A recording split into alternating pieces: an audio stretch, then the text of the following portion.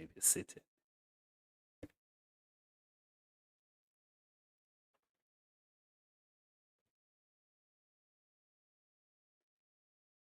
Good afternoon, distinguished guests, colleagues, students, members of the community, stakeholders across the country, across the province. I greet you all. My role is very simple, is to direct the program. Therefore, I will speak less.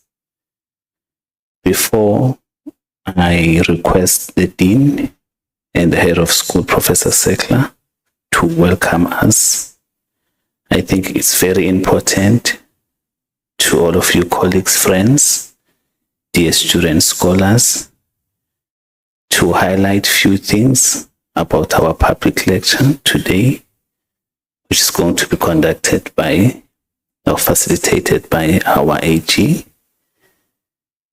The purpose of this lecture is to reflect on the important contribution of oversight institutions to building a capable, accountable, and effective state.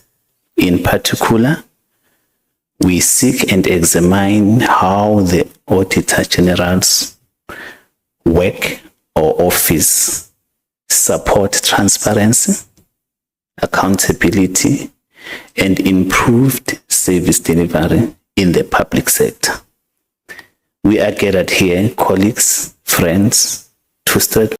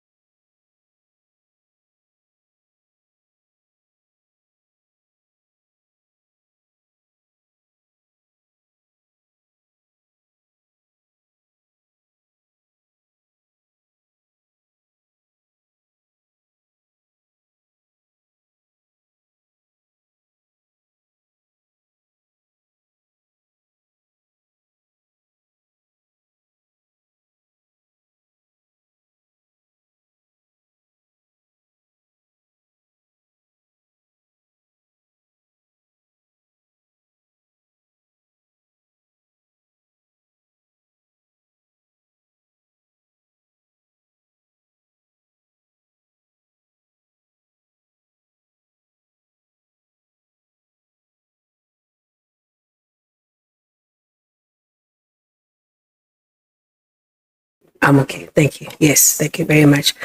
Okay, now that that's done, I can actually begin. So thank you very much to our program director, and I want to thank you, Prof. Setla, for your very kind introduction. So I'd like to start off by also acknowledging the presence of Professor Nhlanhla Mkhize, the DVC and head of the College of Humanities, all the members of the leadership of the university, all the members of the university, the students that are here. I know my brother from the DPSA is here. It's lovely to see you, Budumisani, and honored guests, a very, very warm welcome to all of you. I bring warm greetings from Team AGSA. Some of them are actually seated in the room today, being members of a team that is 4,000 people strong. Young people in the main, 34 years is our average age, who dedicate their work and their professional lives to serving South Africa by working at the AGSA. Our institution, you'll see on the bottom left-hand side of the slide, has been granted the designation of being a top employer, and it's something that we hold very dear. And as you'll see on the right-hand side of the slide, we are celebrating 115 years of existence of the Audit Office. And as we celebrate this particular milestone, I'm delighted, Prof. Setla, to tell you that actually today the office enjoys leadership from a female AG and a female deputy AG, who's the accounting officer and the head of administration. Thank you for that. Especially this being Women's Month, it's a fantastic milestone to be able to share with you and to celebrate in this way. On the next slide, we set out our constitutional mission. So you will know that we've been set out in Chapter 9 of the Constitution as one of the institutions that is designed to support democracy, where we operate independently of government. There are a number of other Chapter 9 institutions. I'm not sure if you know what they are. Will anyone just pipe up? One or two of the other Chapter 9 institutions? Yeah, go ahead. Public Protector's Office. Maybe one more? The IEC, perfect, the Independent Electoral Commission. It's important that we remember that those institutions have been designed, yes, with specific, distinct mandates, but their primary objective in our constitutional democracy is to support democracy and to contribute to the creation of a state that serves its citizens in the way that is expected. I want to highlight that our job, yes, is very different from the Public Protector, very different from the IEC, but we do have to consider that at the end of the day, we are made to collaborate and work towards helping the state. We derive our mandate from the Constitution, but also the Public Audit Act then elaborated further on what it is we're supposed to do. And what we are clear about is, if you look at Chapter 3 of the Constitution, it says that, especially in Section 41, all organs of state must secure the well-being of the people of the Republic. And if you look further within that same section, that all organs of state must provide effective, transparent, accountable, and coherent government that benefits citizens. Our job as Team AGSA is to operate in a way through auditing and reporting, but in a way that's going to help contribute towards building a government that's coherent, accountable, effective, and transparent. So ours is to, yes, audit and report independently, but importantly, we are part of the machinery that's supposed to help steer government towards better delivery, better accountability, better transparency, and building stronger public institutions. The Public Audit Act also specifies that when we audit, we've got to look at 3 critical areas every single time.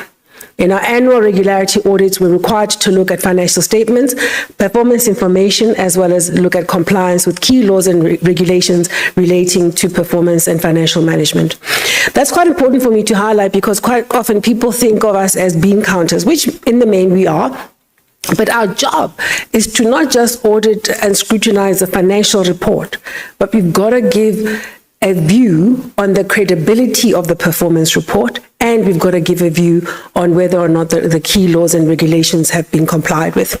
The Public Audit Act also specifies that when we do our audit, we must also give in our audit report a sense of the state of internal controls in that environment.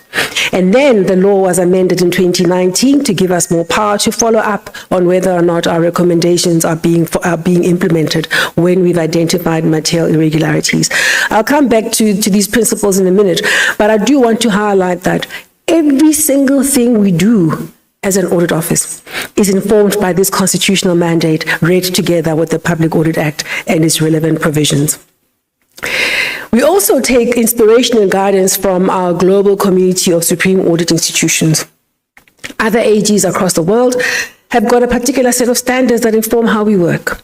And one of the foundational standards that we all subscribe to as AGs across the world is called Intersci P12. It is a statement that deals with how a supreme audit institution ought to be and how it ought to work if it is to deliver value and benefits to its citizens. And it deals, Intersci P12, in an aspirational way with 12 critical principles that are on the board right now. The first one, principle number one, deals with independence. Crucial that we be independent of government. Otherwise, we can't independently scrutinize government. You'll be happy to know that a combination of what's in the Constitution, what's in the Public Audit Act, and also how our respective administrations of government and respective parliaments over the years have dealt with the Audit Office. We have been seen by the World Bank and ranked as one of 2 supreme audit institutions that enjoys full independence. So that is one of the things that as South Africans we must be proud of and we must protect all the time. The other country, by the way, was the Seychelles. And year after year, the World Bank has come back to reaffirm our status as one of the 2 supreme audit institutions that enjoys full independence. The other principles talk about the type of audits we must carry out. The idea that through our work, we must enable accountability. We must also, through our work, enable those that run government to do so better. So our work, if you look at Principle 3, talks about how when you do your work, you must give insight and recommendations that help those that run government do so better. Because you don't audit just to give a report and look away.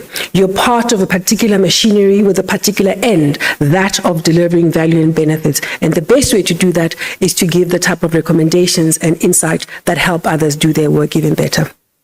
We also take very seriously our job, which is to equip councils in the municipal space, the provincial legislatures in the provinces, as well as the National Assembly, to hold accounting officers and executive authorities accountable as well.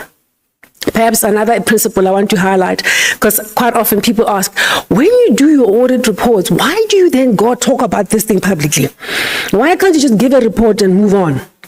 Right? Some people, especially those that run government departments, there's often a bit of irritation. One of them said to me one day, hey man, this thing of you like to be like pop stars, you know? But we try and explain. First of all, we never talk about anyone and their report until we've spoken to them. So by the time we go public on any report, there is no one in the chain of command that will be surprised. But a key principle that attaches to an effective and independent supreme audit institution, is to be able to report publicly on what they found, so that we can equip citizens to participate in driving accountability, holding accountable those that have been appointed and elected to run government on their behalf. The principles 5, 6, and 7 deal with how we've got to be relevant, we've got to be responsive to an ongoing changing environment, and we've got to engage with citizens on a regular basis, as well as with government on a regular basis, drive effective communication of our work. And perhaps I would want to touch on the idea that if you look at principles 8, 9, 10, 11, and 12, and it shouldn't surprise you that there's so many, they look internally at the Supreme Audit Institution. They basically say to us, you've got your independence, you've got all the things you need to do, you know what to do. Make sure that in the way that you run your affairs, you too are accountable, you're responsible, you're responsive, and you are transparent. Make sure that you are run well. You must demonstrate the principles of good governance. Make sure that you invest in ongoing capacity building, make sure that you subscribe to a code of ethics, and make sure that you deliver excellent work on an ongoing basis. Keep improving the quality of your offering. So these are the principles that underpin how the AGSA functions. None of us can ever say we are there, because these are aspirational principles. With every single year, we keep looking to strive to get better at living up to them.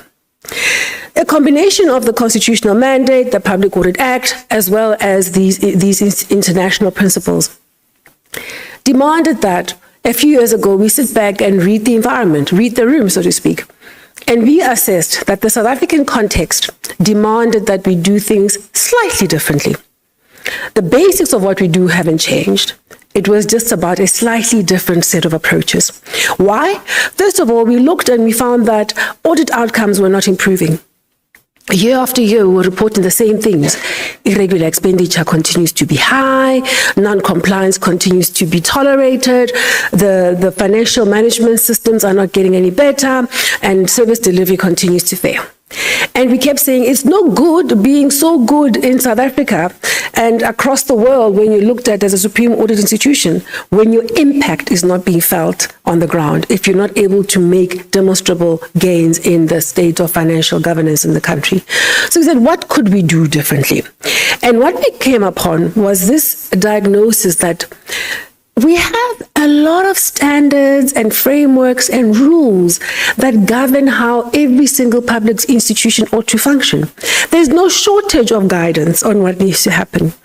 We also understood that there are a number of people employed by the state. So in many ways, it wasn't about headcount shortages. So what are the problems here? And our view was that we've got to get everyone behaving differently, approaching their work differently, adopting a posture that was different from before, and a posture that embraces that they've got to perform and not just celebrate a clean audit and say, leave me alone, but actually worry about delivering on their mandate. We were of the view that they can't just tick a box and say that they've been transparent. They've got to be transparent and have a culture that fosters accountability. They've got to make sure that with every single audit, whether it's external audit, internal audit, they are driving ongoing improvements in their environments and they're strengthening institutional integrity. So we came up with PATI, performance, accountability, transparency, and institutional integrity, being the type of culture that ought to be seen in every single public institution. And then we went backwards and said, if we are able to do this, if we're able to get every single public institution embracing this, what would it look like? So, well, you have more and more of them operating closer to their mandate than not. You have more and more of them actually embracing the idea that they must be accountable not just for debits and credits, but accountable for how they've delivered. You have more and more of them embracing this idea that operating within the rule of law is pretty important. You can't just keep trivializing controls, trivializing the laws, especially on procurement. If you have more institutions doing that, you'll start to have a culture that's shifting in the right direction. And so we then thought, if we use our insights as AGSA better, if we communicate better and have a direct approach that says, how can we influence behavior change? How can we influence how people approach their work? Then we will start to see a change. And also, how can we use our powers of enforcement? Because we suddenly had these powers of enforcement, which I'll talk about in a minute. So our strategy simply says, how can we use what we have as Team AGSA to drive different conversations with the people that run government and inspire them, inform them, cajole them into making the right decisions? Because we can't run government.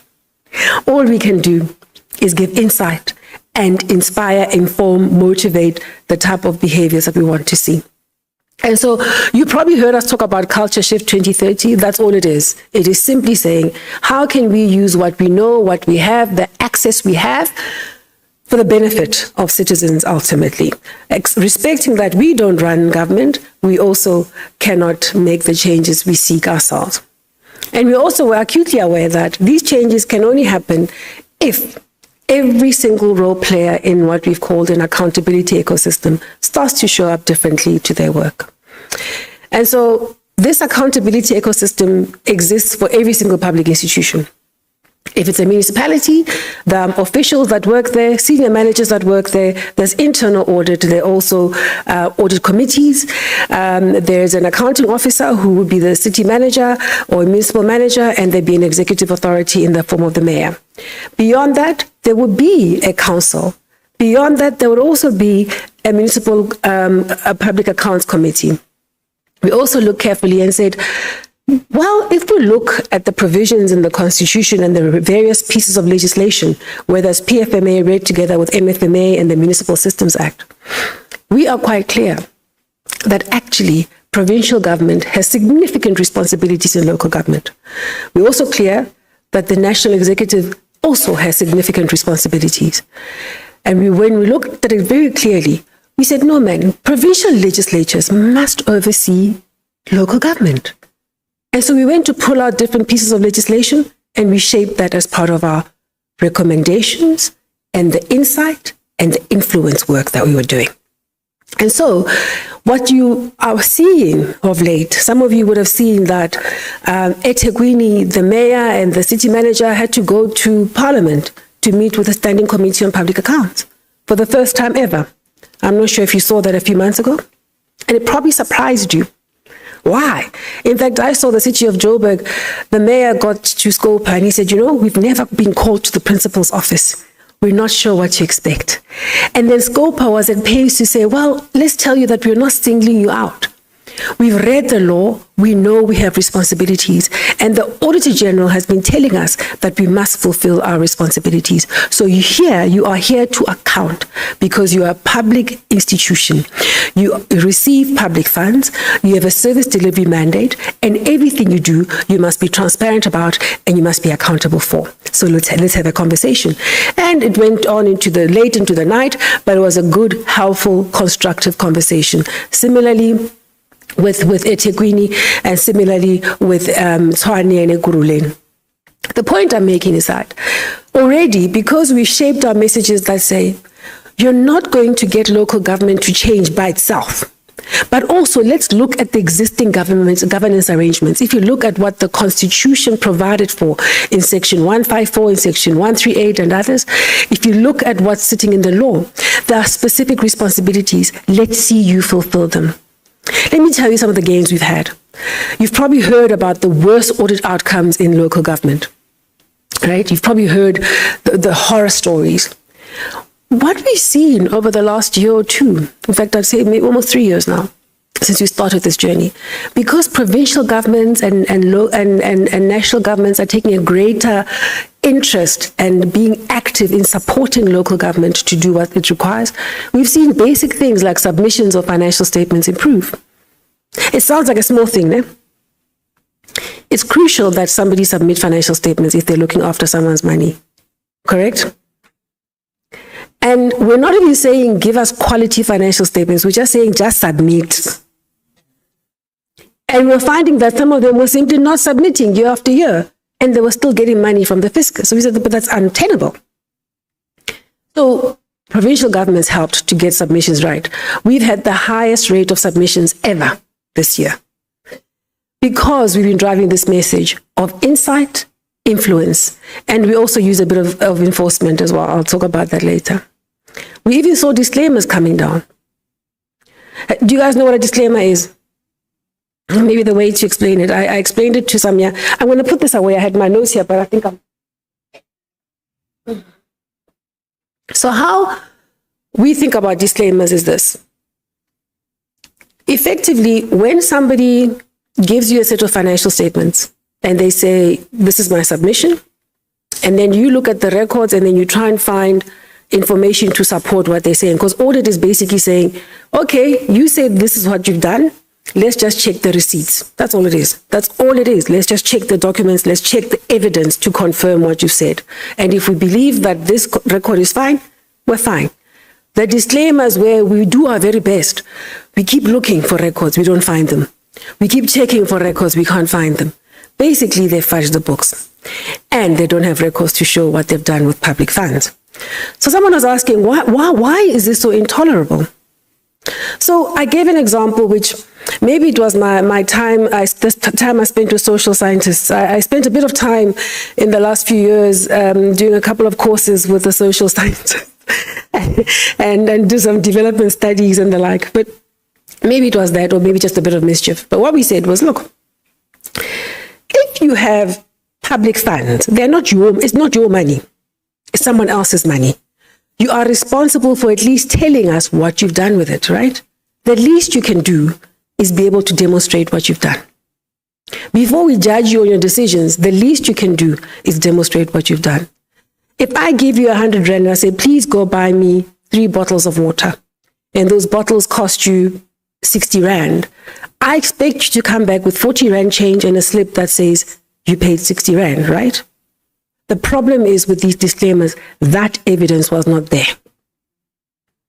Okay, I'll put it a little bit crudely like I did in one conversation. I said, look, it's like, and it's no disrespect to the men, but often it's men.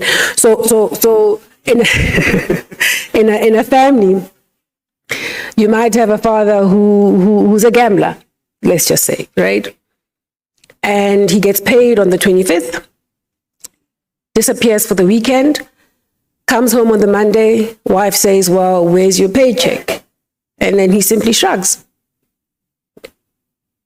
Great. And then the family now doesn't have the resources to do what they're supposed to do. So being a family, they might forgive each other, they'll ask relatives to help out, they'll negotiate with the bank, negotiate with others, and be able to at least get out of the jam, right? But here, these are public funds. And essentially a disclaimer, especially a repeat disclaimer. If it's a disclaimer because they lost data due to a cyber attack on 1 year, that you can deal with. But a repeat disclaimer, as you have in some municipalities, such as Deepen, you've heard that name before. KZN doesn't have disclaimers anymore, by the way. No? I have to tell you. Yeah, okay. But you probably heard names like Makana in the Eastern Cape, no? Oh, you guys don't do disclaimers around here. Okay, all right, let's leave it then.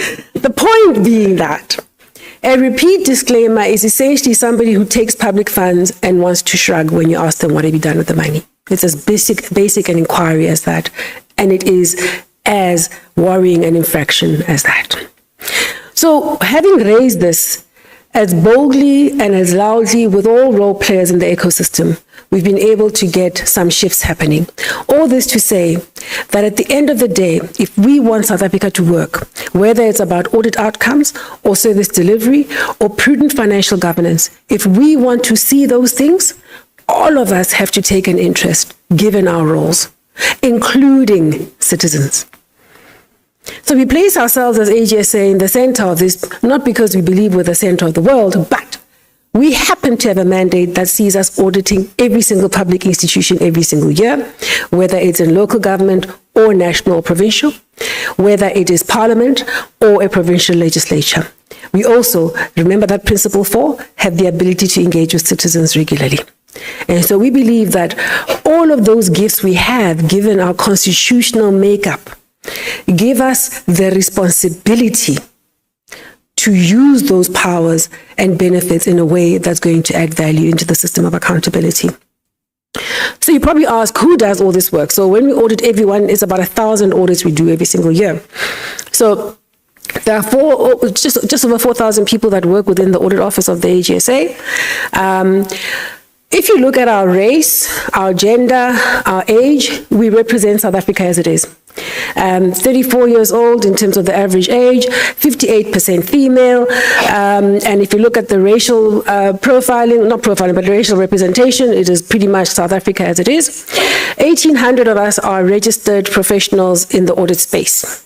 Within that number lie about 1,800 chartered accountants, and of that, a good 50% are female, African female, a combination of African and colored female. I point that out because in our profession of CAs, some of you might know that for a long time, there's been a large gap in terms of the representation of women, and in particular, African and colored women. And at the AGSA, through the work we've been able to do over many, many years, we've been able to contribute to a scenario where we actually have the highest concentration of Black female chartered accountants within the environment. Thank you. And then in terms of the type of things we offer young professionals, and I guess I must say this because this is a university and some of you might be in commerce, but importantly, you might know some people in commerce. We are a very attractive destination for talent, right? So we recruit really well. About 800 of the people that work at the AGSA are people in training to become chartered accountants.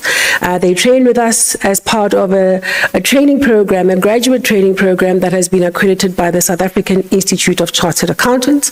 Through this program, we're able to deliver between 200 and 300 new CAs every single year. We're actually the third largest producer of chartered accountants in the country. Thank you. I often say to people, I have a competitive edge, I'll own it. I often say to people, you know, there are big 4 international firms that people talk about. Talk about Deloitte, ne? So if I say we're the third largest producer, you get what I'm saying, ne? Okay, all right, let's leave it. Okay, that's fine. I also want to highlight that using the SAICA accredited training program as a base, we've been able to bolt on other training programs. So we're able to train data scientists, we're able to train registered government auditors, we're able to train forensic specialists as well as information systems auditors. And as a consequence, we have the talent we need for our own work, but we also are able to deliver talent into the broader market, public sector and private sector. So if there are people who are keen on coming to work at the AGSA, fear not, it's not just accountants we hire. We are deliberate about diversifying our skill set. We also have engineers and quantity surveyors and people from the built environment who work with us. We've got doctors, we've got education specialists, all of these being skills that help us to ensure that when we give value-adding recommendations, they're exactly that, informed by proper expertise. Where am I? Okay. So the public sector, so I said we do 1,000 audits every year. We split the work into 2 cycles. One looks at provincial government, which includes provincial and national government, and the other one looks at local government. If you look at local government, we audit the 257 municipalities as well as the entities in the municipal space. That's one cycle. Then the big cycle, which we've just signed off last Friday, so there are a lot of tired people at the office right now. 31st of July is big sign-off. I'm surprised some of them are here.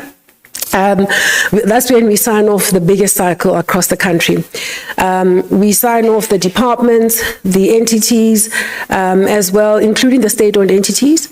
And by the way, we also audit the water boards and the TVET colleges, not yet the universities. The universities are audited by private sector auditors, but we do oversee those audits. We oversee their appointment processes and we oversee those audits because the Constitution gives unto the AG the mandate and the responsibility to watch over scrutiny of public funds across the system. So there's no escaping the AGSA. I also wanted to talk about the audit outcomes. So I remember I said we look at financial information, so that's the third one, regularity audit on financial statements. So we give an opinion on whether or not the financial statements are credible. 2, we look at performance information. We give a view on whether or not that performance report is credible. It's a little like, you know, when your kid goes to university, or I'm old enough to have a kid in university. When you go to university, as you do, at the end of the year, at the end of the semester, you need to get a report card that says how you've done. And that report card will go to your parents or to your funders or even just to you. But you need to know that you can rely on it. It has credible information. So all we're saying is whether or not that report card is credible. We're not saying they've achieved all they had to. We're just saying if they say out of the 10 houses they should have built, they built 2. it's correct. And then you can have a conversation about why did you only build 2, right? So it's an important foundational principle around the credibility of performance information. And then the other thing is we look at compliance with the rule of law, especially insofar as how finances and performance management are being run. And then we've got the audit outcomes. At the end of the audit, we give an audit report. In that audit report, we say whether or not the financial statements are correct, tick. Whether or not the performance report is credible, tick. Whether or not we found problems on compliance, tick. And then you get what's called a clean audit. That's a clean audit. We denote it in green. It's, are financial statements credible? Is the performance report credible? And were there no material problems on compliance? That's a clean audit. So if you look at our audit report from Mhlatuzi and we say clean audit, we're saying that at least you can rely on their performance report, you can rely on their financial statements, and you can have comfort that in the main, how they run their affairs complies with the rule of law. Does it mean they're perfect? No. But I can tell you for free, they're way better than, let's say, Impendle, which got an adverse this year. Did I tie someone in the studio with Impendle? I'm sorry. So the point I want to make is that quite often when we issue these audit outcomes, people will say we got a clean audit. But sometimes they don't quite mean that, because they'll have something called an unqualified with findings. By unqualified with findings, that's when we say the financial report is credible, but there's a problem either with compliance and or with the performance report. That's not a clean audit. If you look at eThekwini, that's not a clean audit. Just to be clear. Okay. Qualified with findings, that one we normally put in purple. That's where we can say there's an error on the financial statements, but at least we know it. We can tell you what it is, whether it's assets or whatever. We know what the error is. And then adverse with findings, that's our Impendle Fellows, where the report is wrong. We've tested it, we're comfortable to say it's wrong.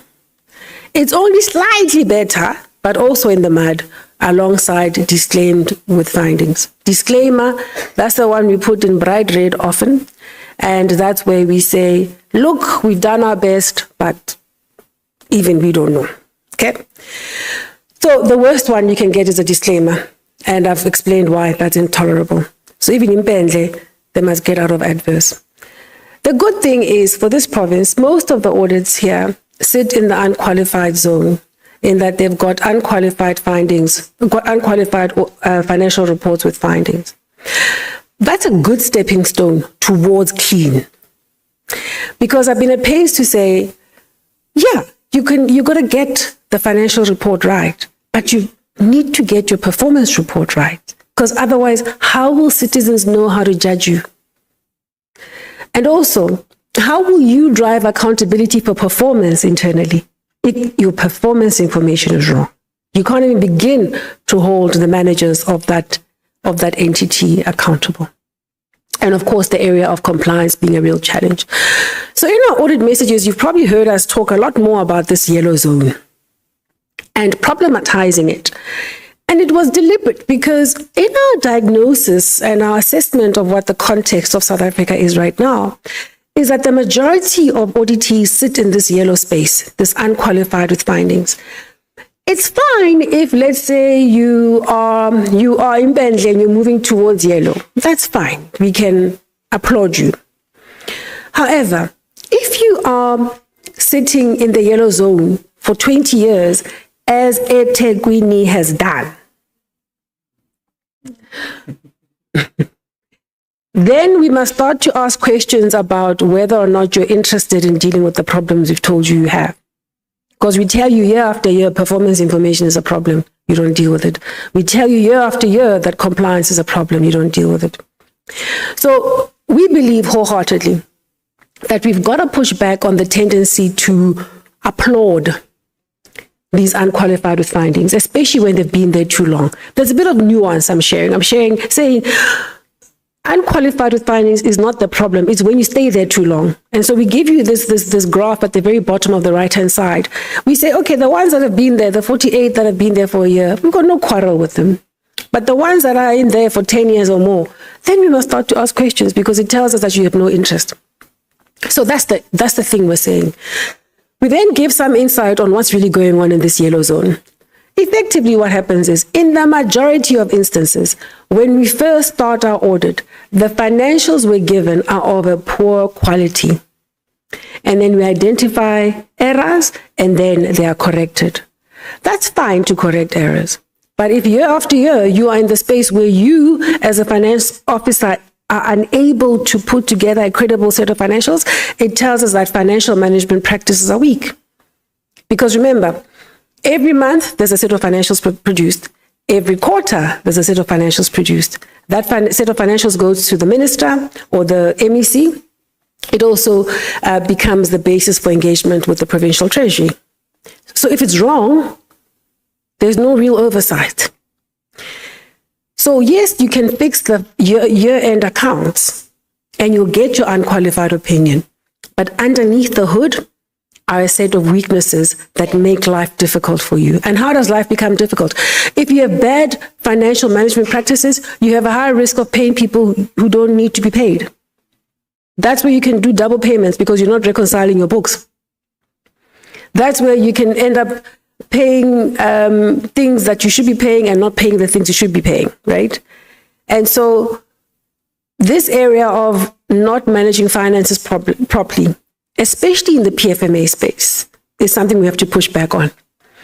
By the way, and I know often in your research, the question arises about, is local government overregulated? I've seen, read, and I'm aware of this concern. What I will say for free is that the financial reporting obligations of municipalities are more complex than those of provincial and national departments. So if you are the provincial department of COGTA, what you have to report on financials is actually not complicated. But if you are a municipality here, or anywhere else for that matter, the financial reporting obligations you have from a technical point of view are that much more complicated because your operations are more complicated. So when you have in PFMA departments in particular that can't produce financial reports that are credible when we start the audit, we must all start to push back on it because it tells us under the hood there are very bad practices.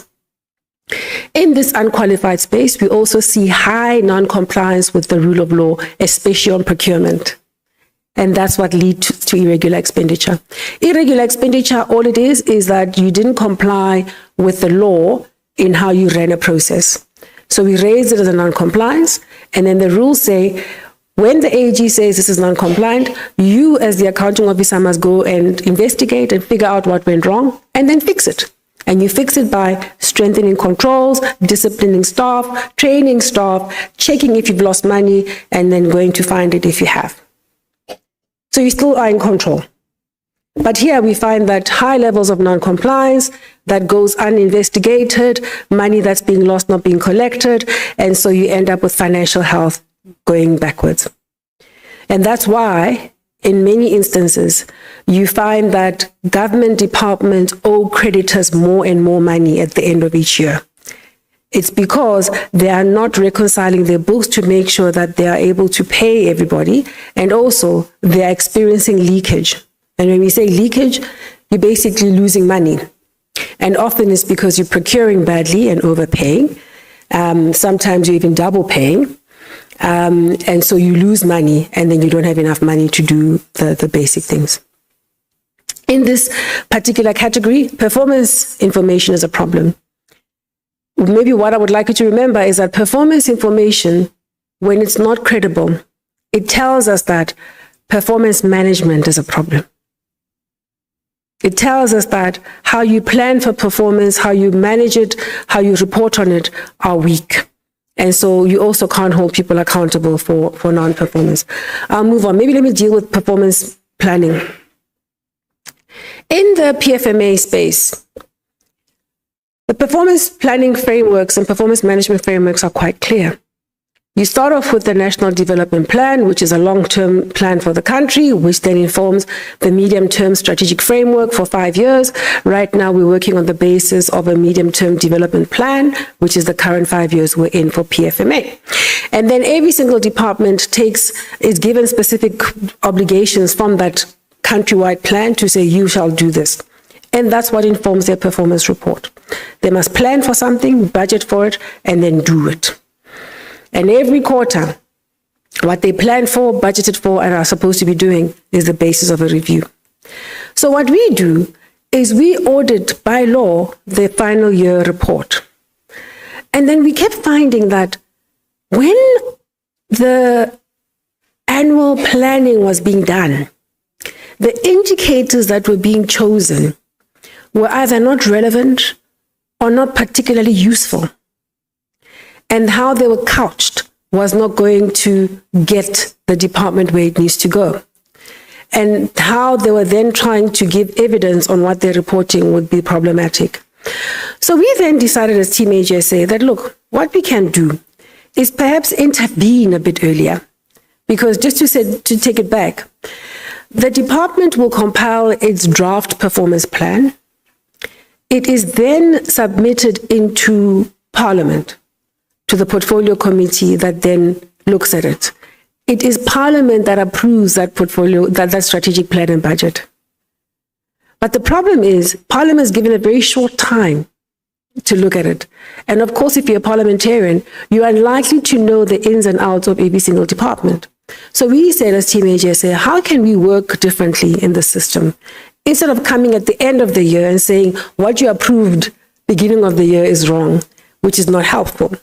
So we said, how can we be more relevant, more responsive, and support oversight? So we conduct proactive reviews and we give those insights before they approve, believing that it'll start to support the system better.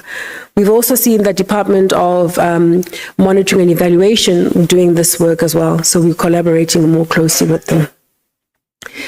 The type of things we're seeing on performance information is that, especially in local government, this area remains pretty weak.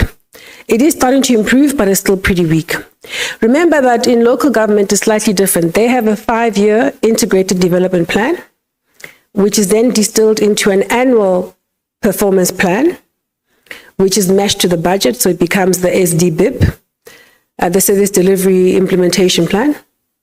And that becomes the basis on which they're supposed to do their work. We're finding things like where the SDBIP or the annual performance plan excludes critical service delivery aspects. So by way of example, far too many municipalities won't include in the performance plan the need to maintain infrastructure assets. And then they don't even include it in their budget. And that's why infrastructure degrades, because there's no plan to maintain. There's no capacitation of the need to maintain. PFMA is slightly better, but just to give you an example of some of the interventions we've had to make. If you look at a provincial department of COCTA, about 4 or 5 years ago, we found that all of them had clean audits. I think there was 1 or 2 that didn't have. So out of the 9 provinces, 7 had clean audits. And we were like, how do you sit with a clean audit at provincial COCTA and the municipalities are in disarray? In fact, in this province, we had the same conversation. So we looked carefully at the financial report. We said, financial report, that's easy because their reporting obligations are easy. We look at their performance report.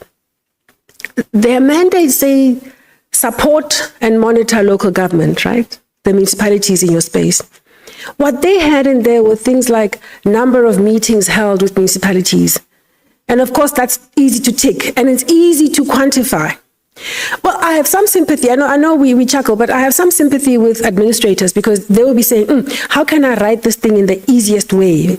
Because then I must show that the meetings happened. If I start to say, well, reduce disclaimers, now I must deal with impact. What if they remain stuck, you see? So I have some sympathy with it, but I think we have to have a much more nuanced conversation about how we plan for performance and monitor performance and manage it. It's starting to shift. What we did was we went back to the law and we said, okay, if we look at the law, the specific things you must do as COGTA include reviewing the integrated development plan that's submitted to you for review. Do you do it? And we understood then that a number of provincial COGTAs did not do that. And if it was submitted to them, they just passed it along. They'd forgotten why that provision is there. Because it's supposed to help COGTA and therefore the provincial government have a view on whether the municipalities in the province working together are going to develop the province. But they were just passing this thing through. So we started to change the conversation. We said, the annual performance plan that's given to you, you review it. What do you do with it? Right? And then we went to the provincial legislature, said, look, you have a clean audit, that's fine. But if we look at the things you do, the law says you should be overseeing local government. And so the conversation is shifting because we decided to focus on performance on mandate beyond the tick boxing. My invitation to you, and I've seen some of the research that was done a few years ago, it would say the white paper on local government, the previous one, gave adequate guidance on how performance management ought to happen at organizational performance and individual performance. And if you look at a combination of the Systems Act and the Structures Act, very clear on what needs to happen on organizational performance and how those performance imperatives were cascaded to the Section 56 and 57 managers. What we found, so I said to my teams, why don't you just go and check, do they do this? Do they do performance reports? And they came back and they ticked them. And the law says they must publish them. So I said, go check, did they publish them? Yes, all of them publish. So what I then realized is, okay, there is a tick boxing exercise happening around performance planning, and it's not going to get us there. So I guess we need social scientists as yourself to help us unpack what is it we've got to drive differently to get the benefit out of these frameworks and tools, because they are there. There's no shortage of clarity on what's required. We just have to figure out what is the barrier between what we hope for and what's actually happening on the ground. I've got a couple more slides and then I'm going to hand over to you guys for a bit of questions. In the work we do as Team HSA, we look at infrastructure. We look at projects, new projects, as well as the maintenance of existing infrastructure. Why do we do this? Well, we understood that if we are to give a tick on the financial report, we best know where those assets are and what they look like and what they're being used for. We also understood that if we are to figure out how to up the levels of performance, then we ought to look at the state of infrastructure, whether it's new projects or old projects or existing infrastructure. And then, of course, we're also struggling with, but why is it that the financial health of municipalities continues to worsen?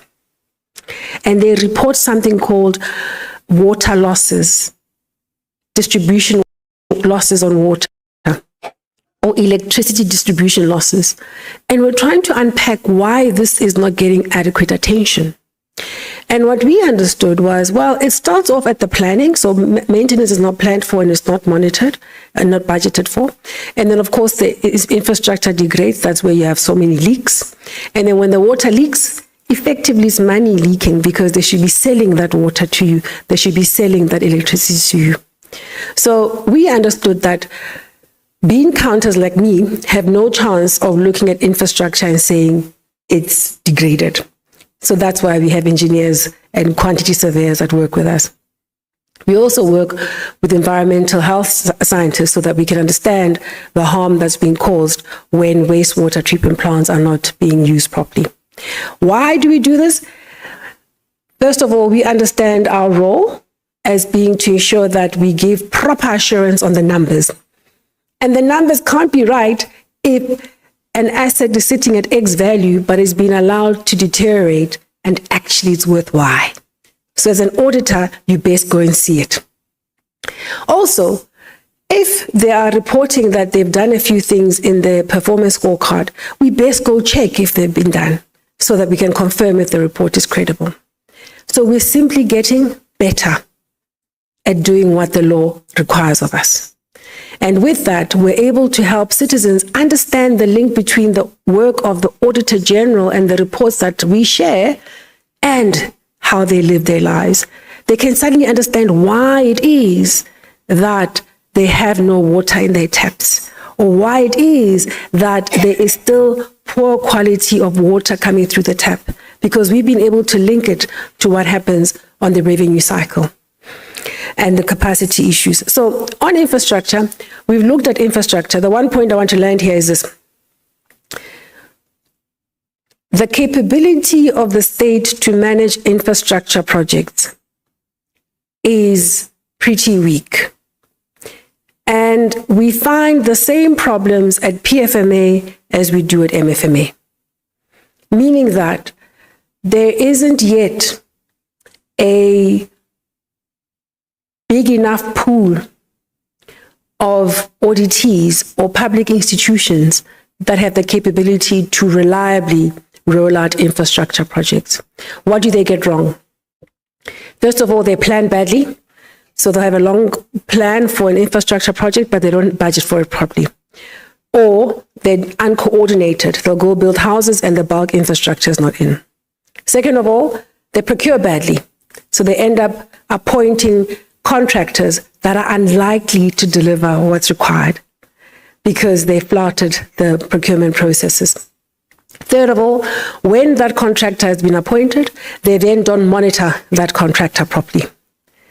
And then fourth, they don't hold anyone accountable, not the contractor, not the staff in the environment.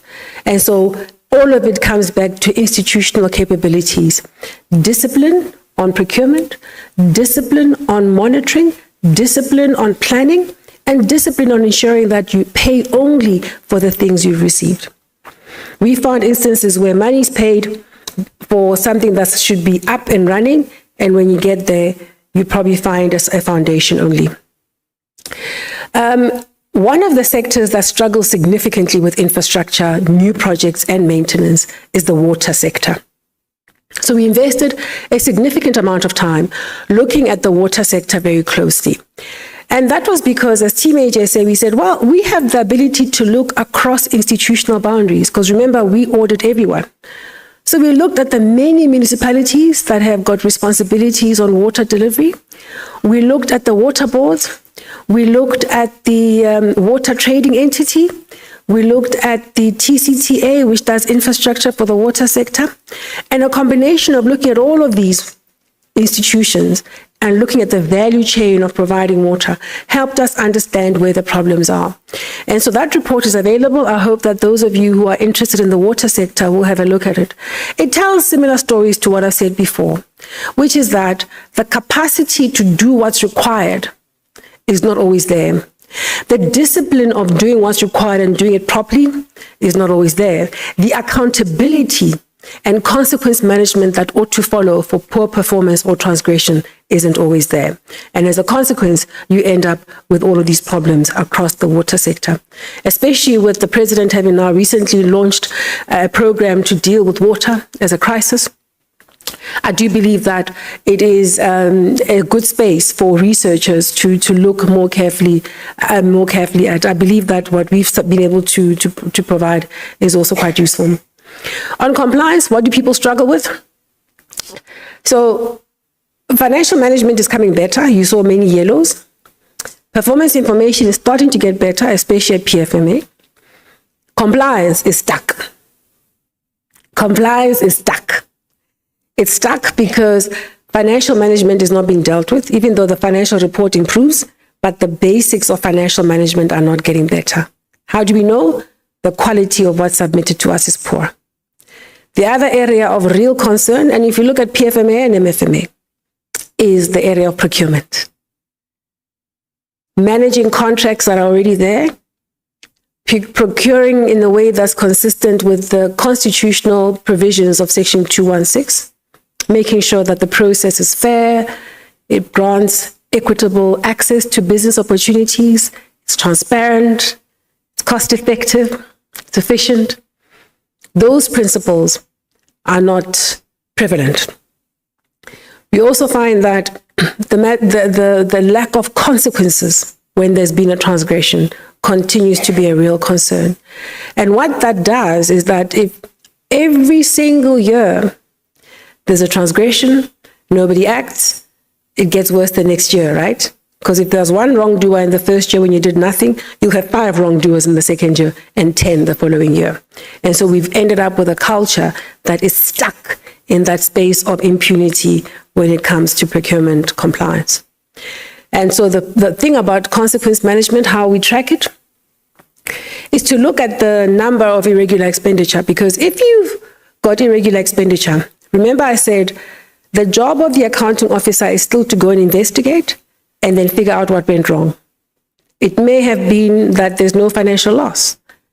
It may be that there is financial loss. They must investigate and they must act. Discipline, stem the loss, report to law enforcement, recover the losses that are being incurred.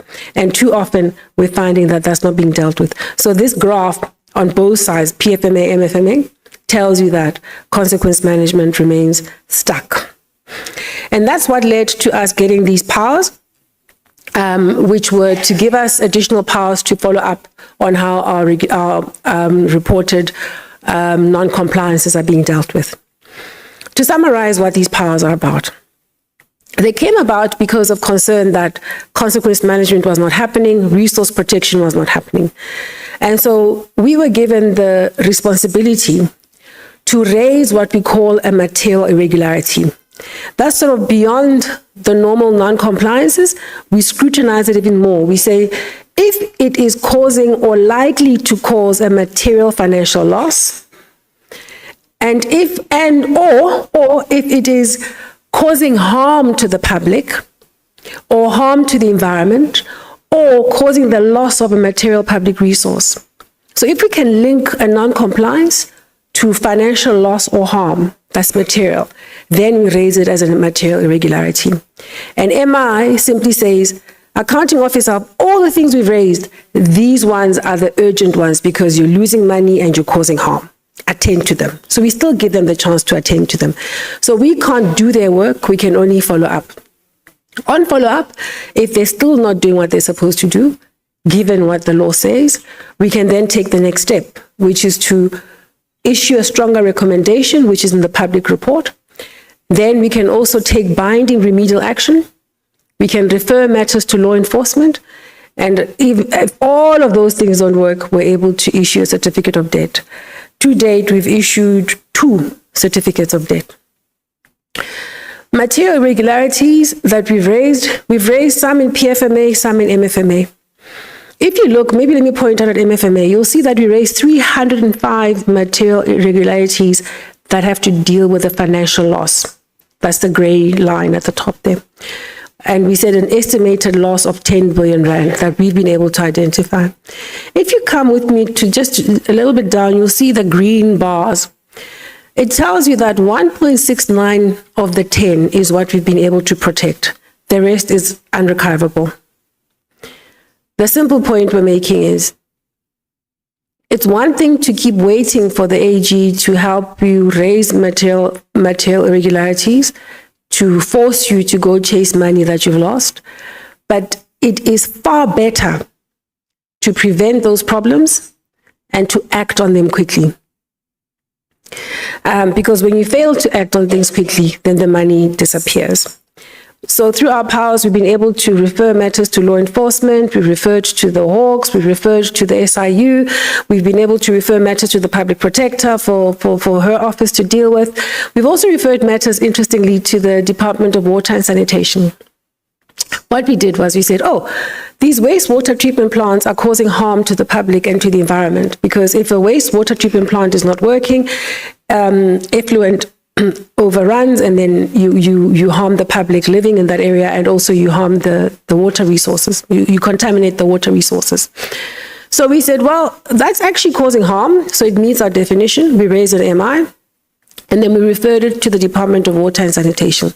And what you may have seen is that over the last 2 years, that department has issued over 100 sanctions on municipalities, even some of them having to pay penalties that are sanctioned by the court, and others where the leaders of those municipalities are facing criminal charges.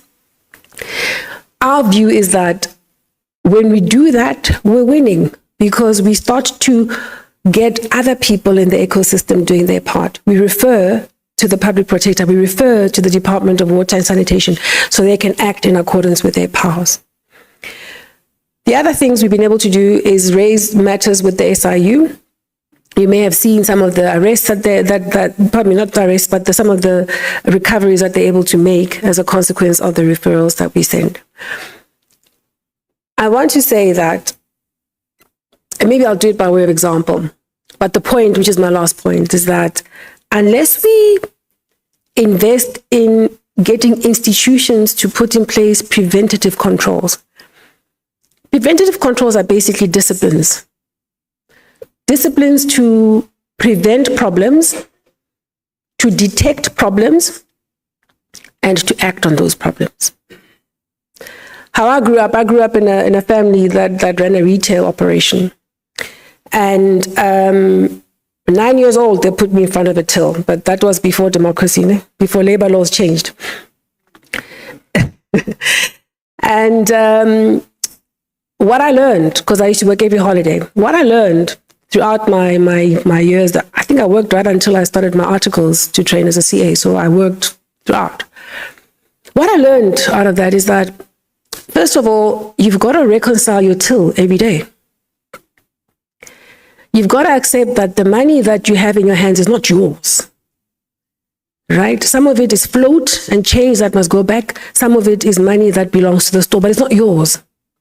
And you got to reconcile it. You got to be able to say, my till rang up so much. This is how much money I'm giving you back. And then when they check it, they realize, but you are 10 rand over. It means that you shortchange the customer, because it must come from somewhere. Or if you are 20 rand under, it means you gave a customer too much change. Or, unflatteringly, we took the 20 rand.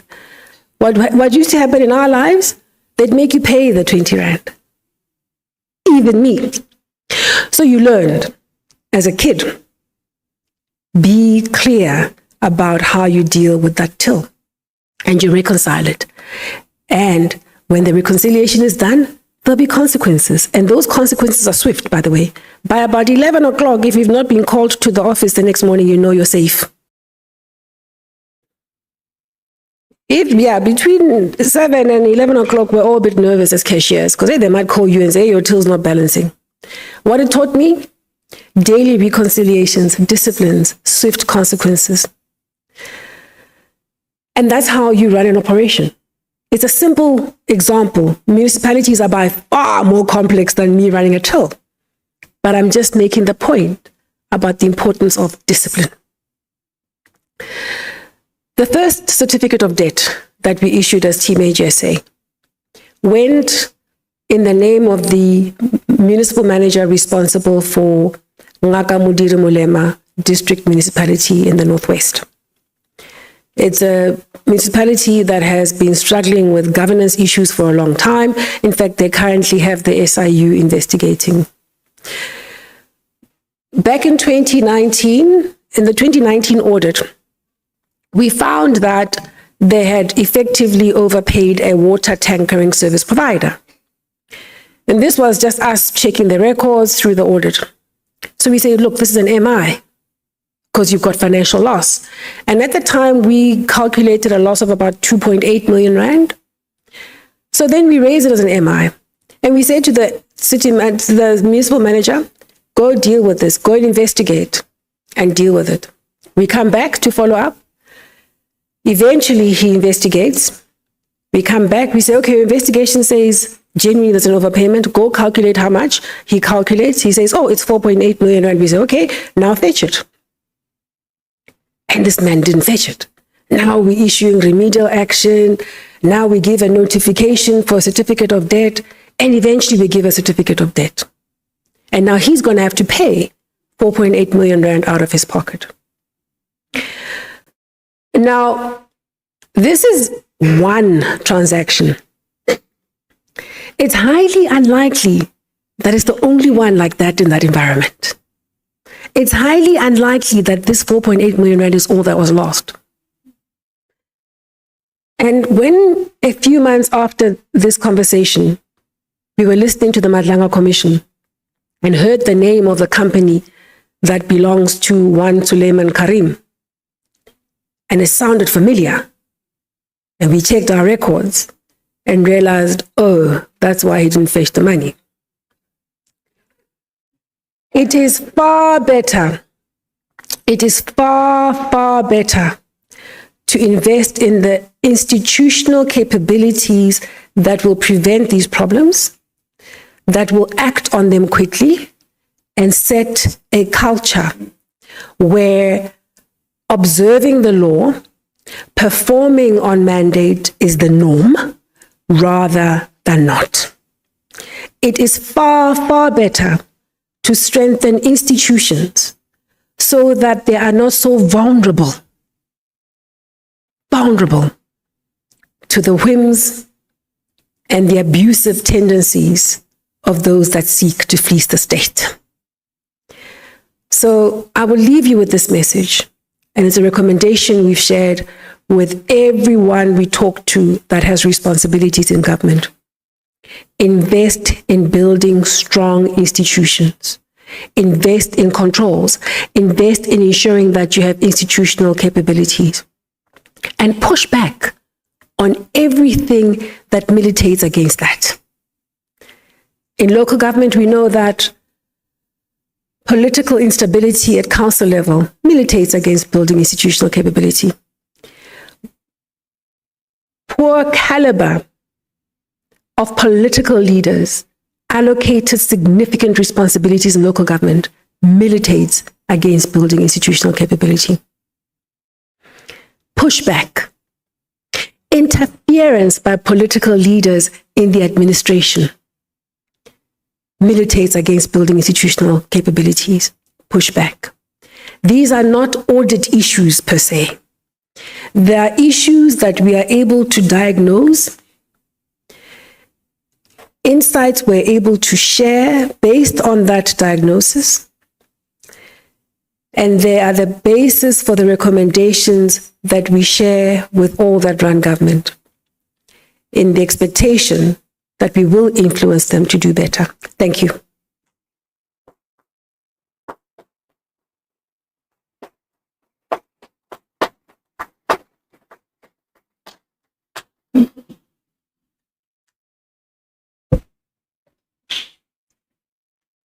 Thank you so much, AG, for an insightful presentation, engagement. In actual fact, you exposed us on understanding governance processes. At the same time, you gave us a homework in the context of statement of the problem as researchers. There are gaps in the system. There are gaps in the governance system, governance structures. Yes, we may celebrate clean audit. Then the main question is, what is the impact? So as social scientists, we need to focus more on the impact. Yes, we appreciate numbers, but the most important thing, does the clean audit translate a responsive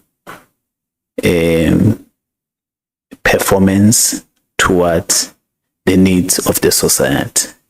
So without wasting time, colleagues, let me allow questions, if there are questions, comments that are directed to AG.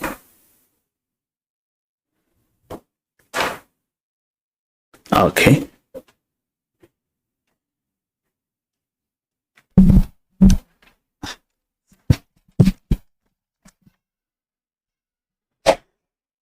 Thank you.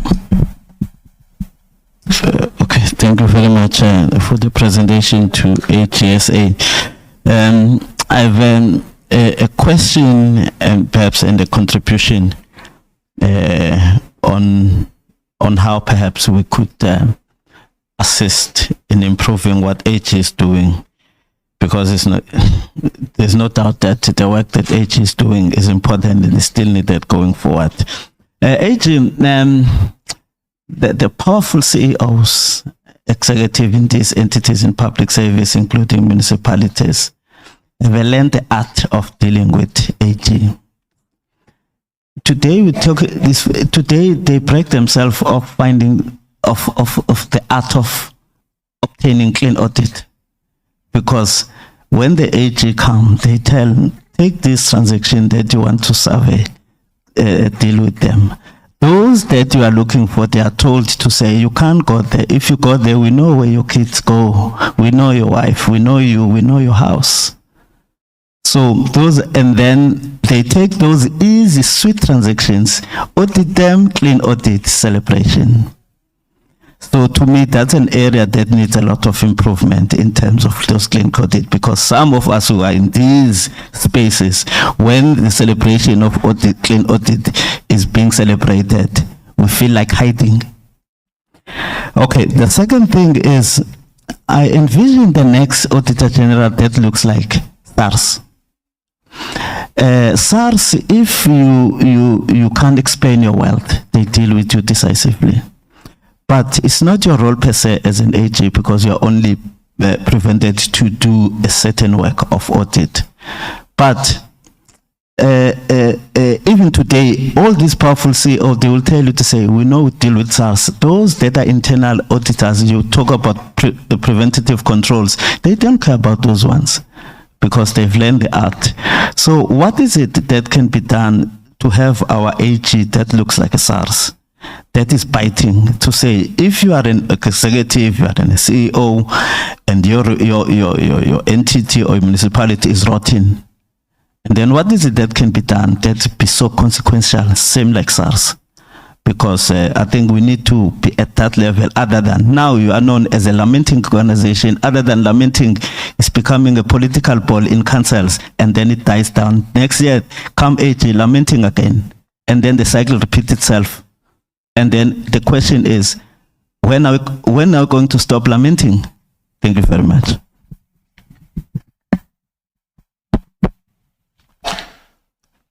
Thank you very much, Program Director.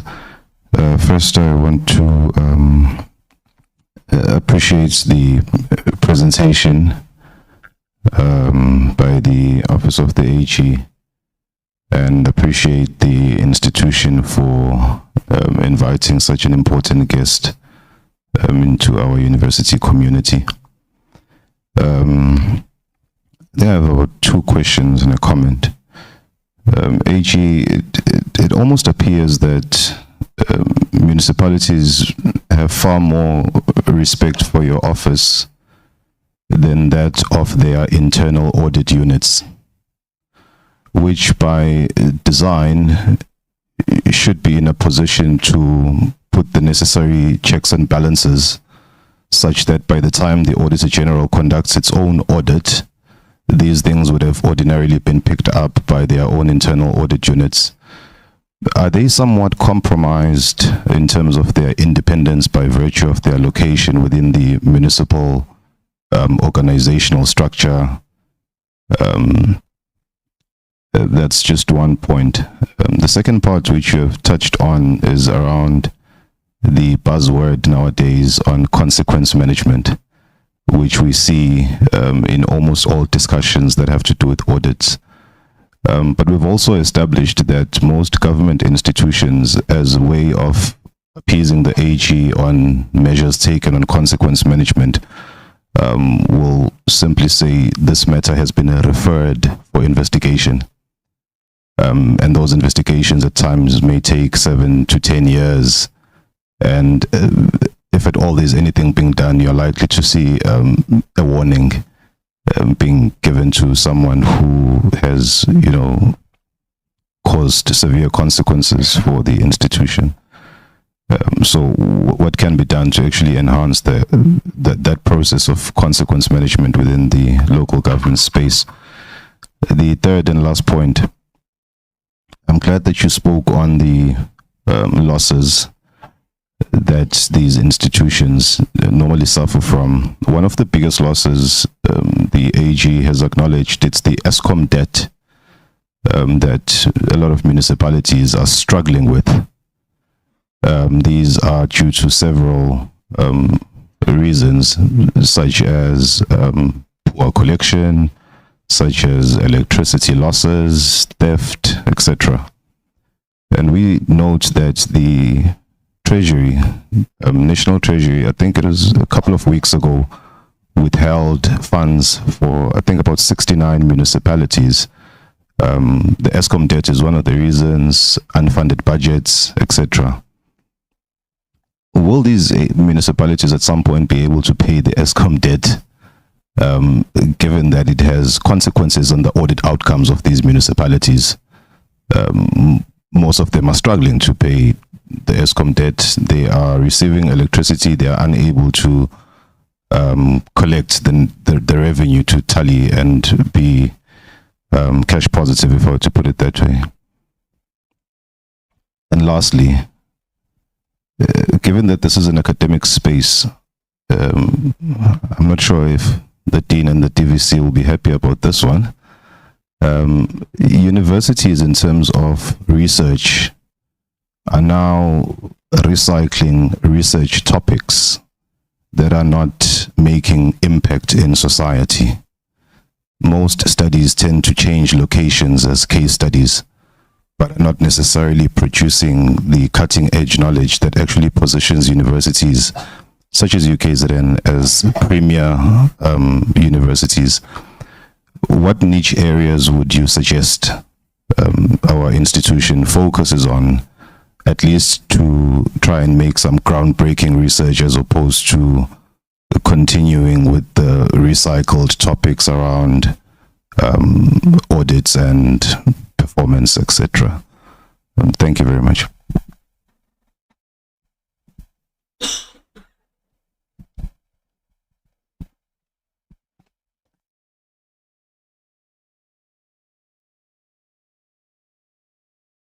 If I remain seated? Is it fine? Okay, thank you. Thank you for those comments and questions. Maybe let me start with the last ones and I'll work my way back up. So some of the research topics, I think there's a wealth of areas that we need to engage with.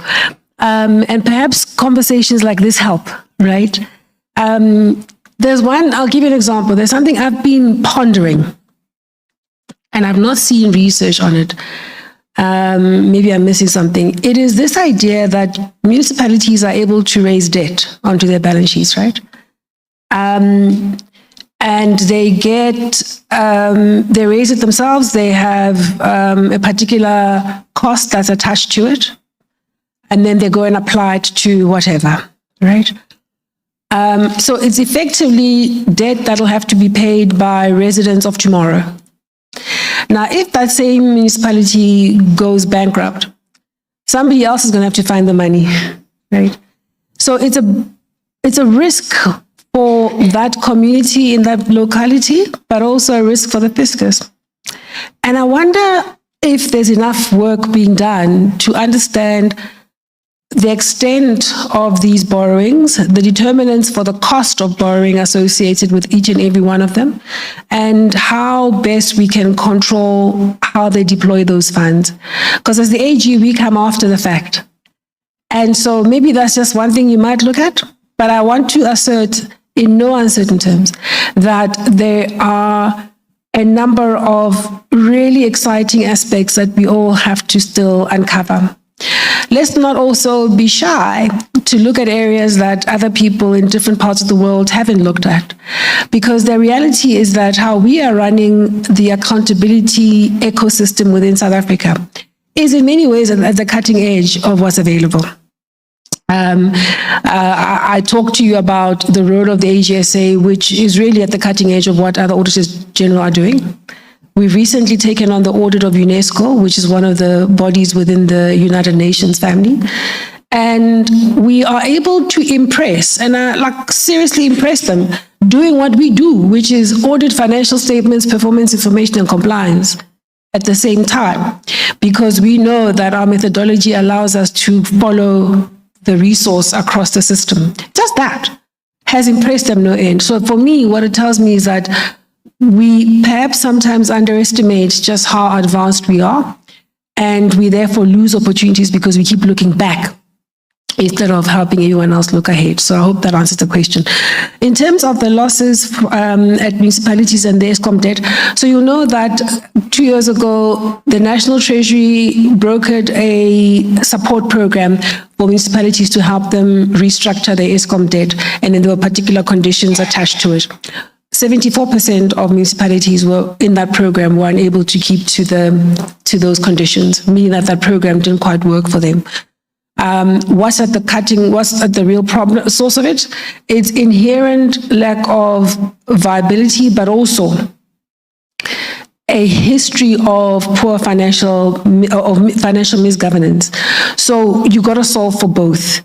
Some of it is viability, so you might need to put more money in, but some of it is financial governance. So even if you put more money, if you do it into the same system, you'll get the same outcome. So you need to solve for both. So there has to be greater reform, and it's going to be very painful. I listened to the Minister of Finance recently talking about the city of Joburg, and he was analyzing their profile in terms of salaries and wages, and makes a concession that they've taken on particular responsibilities that other metros might not have had to do, but there has to be reform. So there has to be reform. I think that's the short answer to your question. There has to be reform. Reform in terms of how that municipality functions, how it's governed, and yes, you must solve for the viability issues. Any idea that suggests that put money into the same system, I think is an imprudent way to proceed. If that's the sole answer, to say send more money, I think it's imprudent because you get the very same outcomes. On consequence management, yes, you're right. The lengthy investigations we've noticed. One of my colleagues often jokes that if somebody suspends you for 4 years or something, that's not a suspension, that's a gentleman's agreement, he says.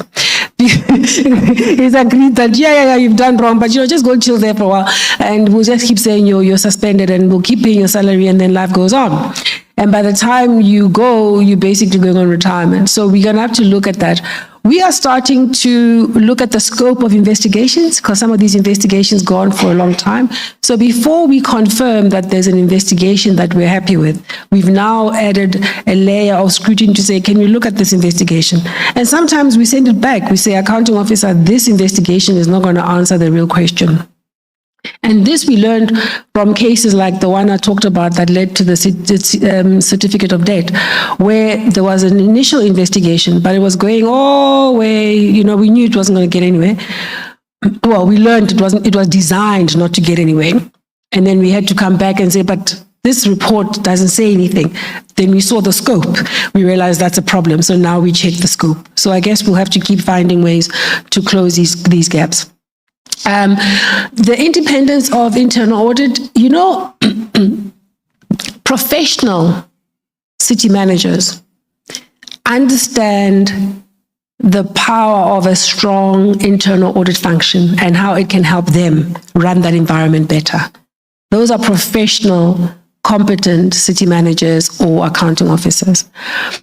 When you've got a combination of a professional city manager who wants to do the right thing, plus an audit committee that's effective, they'll make sure that even though, from a management point of view, internal audit reports to the accounting officer, it is the audit committee that monitors how that internal audit functions and agrees on the audit plan for internal audit and monitors how the internal audit reports are being dealt with. In a nutshell, I'm saying the problem is not location. The problem is about how the city manager or the accounting officer and the audit committee are dealing with internal audit. We find that sometimes internal audit is there, but they're not given resources. or they are there with resources and then they're being misdirected. They're given all sorts of investigations, investigate that one, instead of doing the core work of providing input into the combined assurance model. I know I'm running out of time. SARS as consequences, as AJ said, I think we're moving beyond lamentations. I was at pains to talk about the powers that we have and the impact that we're able to drive. I also talked about how we've used the accountability ecosystem to drive the type of changes. Are we there yet? No, but it can't only be us. And that's why we're trying to get other people to also act. The city manager of Mangaung, we issued him a certificate of debt recently. He's taken us to court, so we'll see how that goes, right? So when someone goes to the effort of calling lawyers on you, you know you're not inconsequential. In terms of clean audits, the intimidation of staff that report to the audit office is a feature that we see every now and again. And how we solve for that is, yes, make sure that we get our teams to work as teams. We have a methodology, no one audits alone, so they would have to fool the whole team. Yeah? But of course, it doesn't mean that they might not take out transactions so that we never see them. But when that happens, we also rely on other people in the accountability ecosystem to also act ethically. The managers, the internal audit committees, if they all sit back and watch, this whole thing falls apart. You can't rely only on one player. And then clean audit and service delivery. You know, what we found is that the ones with a clean audit, and it doesn't matter where they are, whether it's KZN or Gauteng or Cape Town, our experience, and we've looked at this thing every which way, the ones with clean audits might not be perfect, but man, they're far, far, far better than the other categories. If you look at Mfuleni, it has a qualified audit opinion. Mfuleni is the one where by the Vaal River in the Gauteng area. And if you look at Midvaal, which is not far from them, they've had a clean audit for 10 years.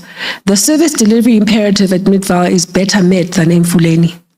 So in a nutshell, I'm saying, even if City of Cape Town is not perfect, they have the ability to deliver on what they say they will do, full stop. And that's what a clean audit says. So you can have a different conversation with them around why we're not prioritizing this or that. We believe wholeheartedly that clean audit remains a credible foundational basis on which to build good governance. Is it the full story? No, but it's necessary. I hope that helps. Thank you.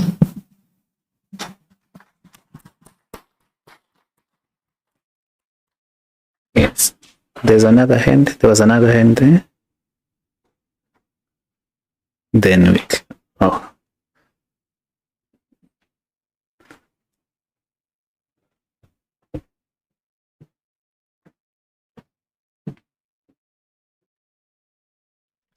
Thank you very much, AG, for this lecture. It has opened my my eyes into a different perspective. I come from an M&E space, but I do have two questions that I would like to engage you on. The first one will be on performance information. AG, please, can you advise on what sanctions do you have on municipalities that are still reporting on spreadsheets when it comes to performance information on the SDBIP? I'm focusing on I'm worried about the manipulation of data when it comes to reporting. And my second question, AG, is that you spoke about the importance of planning for performance. We do plan for performance when it comes to crafting of the smart indicators, setting of targets. However, there's a huge challenge in the local government space when it comes to collaborating with the implementing directorates when it comes to verification of the project that supposed to be implemented. So as the AG office, how would you advise one to tackle the issue of capital projects that needs to be verified, because you highlighted greatly on the infrastructure project. I'm touching on this because it's one of the area of my focus, and we are battling. I will not disclose the organization that I'm coming from. I'm reading the audience, but I really would like some advice on those two. Thank you very much.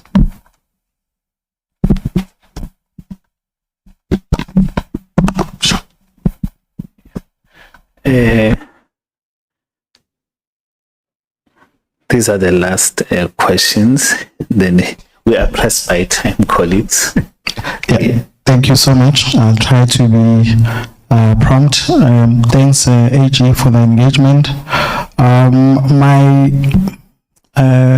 first area where I would like to pick your brains on is that from the presentation that you've been making and the successive reports that you've been giving, is that the impression that one gets is that there is no political cost for maladministration in South Africa.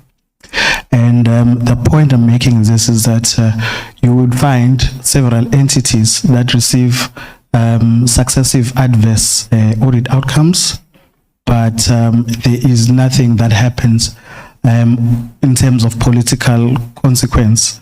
At least now with the legislative empowerment that you've received, there is something that happens on the administrative side, but generally ordinary South African citizens with the current audit reporting architecture, they are unable to use that to hold those that are charged with governance responsibility accountable.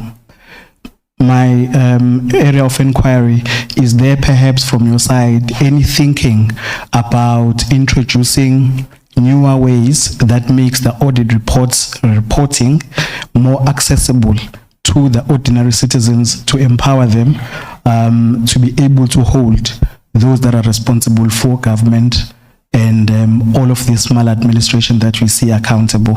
Because as you started your discussion, you did indicate that you are one of the guardrails that are there for good governance. And then also, has there been any consideration, I know it's not your responsibility as AGSA for this, but in terms of the current public sector architecture, there is a lot vested in the accounting officers as change agents. But what we've seen is that in institutions and where there is a subversion of good governance cultures, it is very easy for the accounting officer to become disposable, because accounting officers are hired on a contract basis, but they are leading people that are permanently employed. Yet these individuals are supposed to be the change agents. So it's very easy for the political actors to capture some in the senior management to undermine the work of an accounting officer. So is there any thinking to embed the institutional culture beyond the individual, which is now just an office, to a system so that it becomes more sustainable, even if the individual departs, the systems of controls do not fall by the wayside? Thank you. The very last question, then we close the here. Sorry. Okay, make. Be brief, please. Okay, now just greetings. AG, I also have two questions. Out of 257 municipalities, 89 municipalities achieved the clean audits, 38 have regressed, all 8 metros are performing badly, and 5 municipalities failed to submit their financial statements for audits. Right. So my first question is, do we really need to have so many municipalities if there's a number of municipalities who are failing the people? Okay, my second question is that for people in rural areas, for people in the townships, are there any form of plans for them to be able to easily access this information that you have unpacked in your presentation? Because I think it is very crucial, since we are heading to the local government elections in November, for them to not always be how can I put this, just going there clueless of how are they gonna vote and who to trust. Yeah, those are my two questions. Thank you. Okay. The very last one, yes, go ahead. Thank you. Good afternoon, AG. Good afternoon, Dean, and the director of this function that we are here. I don't know what it's called. But my question, I've got maybe about 3 questions. Firstly, it's the issue of the culture that is embedded within the municipalities. Whether we are able to drive the culture of ethics, the values, good governance, because that is going to be able to assist us to deliver the good service to the community.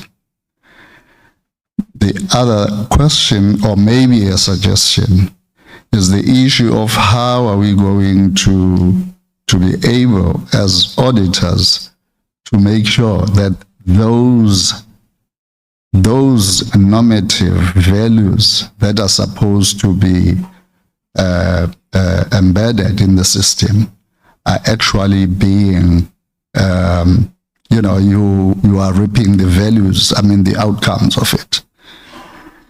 Without that, I can tell you now, I'm a former city manager myself. I know how it works. You've got your politicians sitting on top, telling you what to do and telling you all the wrong things that you must do. Down beneath you, you've got staff that has been employed by the politicians. Whether you like it or not, that staff is actually being influenced a lot by those politicians.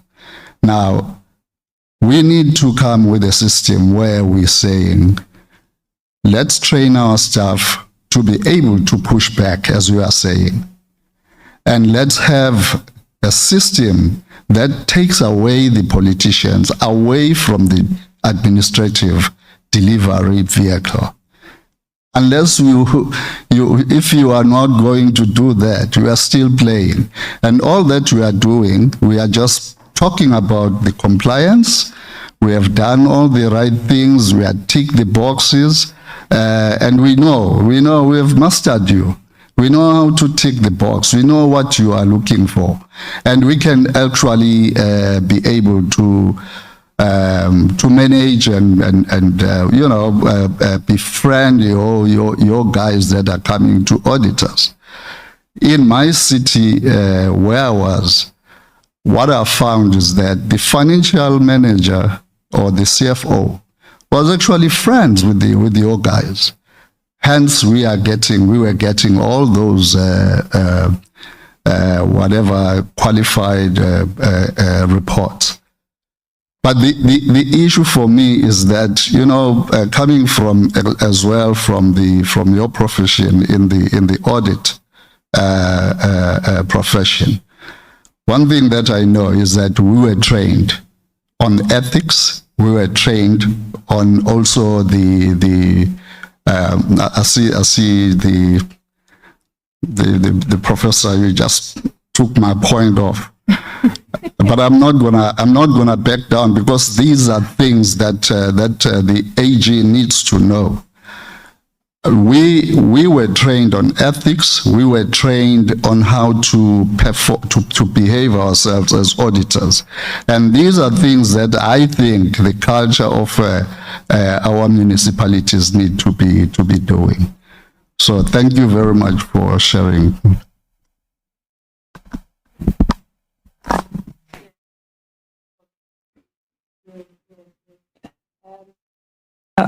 Even past injury time. I will acknowledge the comments from the former city manager. I think your observation is absolutely clear that all of us as professionals must uphold the values that we were taught from whence we came. And we are very clear, even as AGSA, that we have team arrangements and quality control reviews, which mitigate the risk that somebody will give a clean audit when it's not due, or have some friendship that makes life uncharacteristically unethical, right? But we know we don't work with angels, so we put controls in place to mitigate against that risk all over the show. But if we are to build a better South Africa, each and every one of us must live up to our duties to act as professionals. If we keep leaving our skills and expertise and professionalism at the door because we want to please politicians, we will lose our own individual careers, but worse still, we will lose the future of this country. The municipal outcomes, there's an organization, the Municipal Demarcation Board, they'll opine on whether or not we have too many municipalities. Not my job, that. I must stay in my lane. The political costs for maladministration, we're seeing that starting to happen. In our audit messages, we've been deliberate about making sure that we don't only target it at the accounting officer, but we've looked at the governance arrangement, and we can have messages for every player in the ecosystem. So every mayor knows what has gone wrong, what they need to fix. Every impact leader knows, every MMC for finance knows. And we've been deliberate because we understand that it is not only the city manager that runs the city, there are other responsibilities and authority levels that we must reach.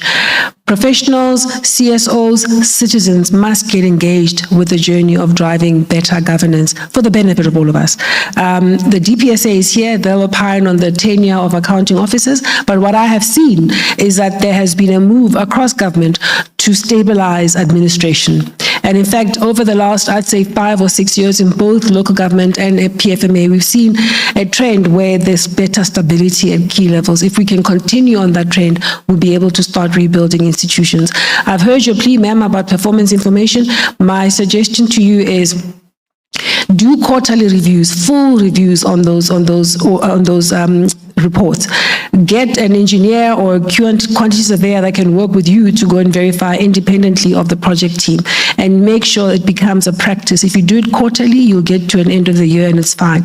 Make sure that your city manager is part of the journey, because he or she is the person that's going to drive a tone about what's tolerable and what's not, and make sure you get the support from the project owners to do your job as internal audit. You're not going to be able to do it alone, and it's going to be important that it is the accounting officer that lives up to his or her responsibilities as given in the law, because they're supposed to make sure that they have credible information. Whether it's spreadsheet or computerized or digitalized, at the end of the day, the controls must be in place. That's how you get to credible information. But with that, thank you very much. Thank you so much, AG.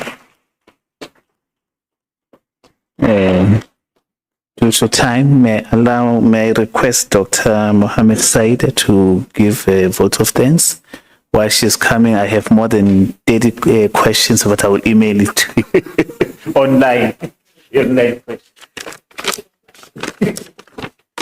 I'll try to be as quick as possible. I stand on established protocols. In particular, I acknowledge the presence of the Deputy Director General, Dr. Mr. Dumisani Hlope, and the team from the AG's office. Good afternoon, distinguished guests, colleagues, students, ladies and gentlemen. I speak on behalf of the University of KwaZulu-Natal, in particular the School of Social Sciences and its home, the College of Humanities. I would like to take this opportunity to thank our distinguished guests, academic staff, students, and those online for honoring this occasion with your presence. Your support for lectures like these underscores the importance of intellectual dialogue and public engagement within our institution. Our appreciation extends to all the administrative and support staff, the technical team from ICS, everyone who worked behind the scenes, in particular, Rakshika Sibran from the Corporate Relations and the team, and it is through your efforts and careful planning that this lecture was made possible. To our students and members of the public, thank you for your enthusiastic participation and thoughtful engagement. Your questions and discussions have added great value to this event and reflect a beginning of vibrant academic spirit within our institution on this issue of consequence management. But our meeting here today and this opportunity for our staff of UKZN to serve the university beyond normal responsibilities would not have been possible if our speaker, our Auditor General, had not accepted this invitation. It is apt that in this month of August, a month when we take our time to celebrate women, that we have had the pleasure to be present to witness this lecture from our first woman Auditor General in South Africa. I was also very happy to hear when you said that your deputy is a woman as well. And so from what we've heard, we appreciate the time taken out of your very busy schedule to prepare, to travel, and to deliver this very thought-provoking lecture for us.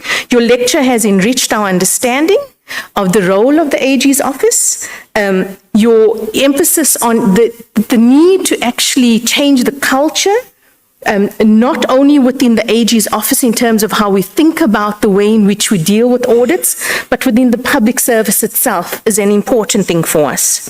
We leave this lecture feeling inspired by your words. We will think more deeply about matters of compliance and apply these within our university space even. We truly appreciate your willingness to engage with our university community and to contribute to our culture of learning and scholarship.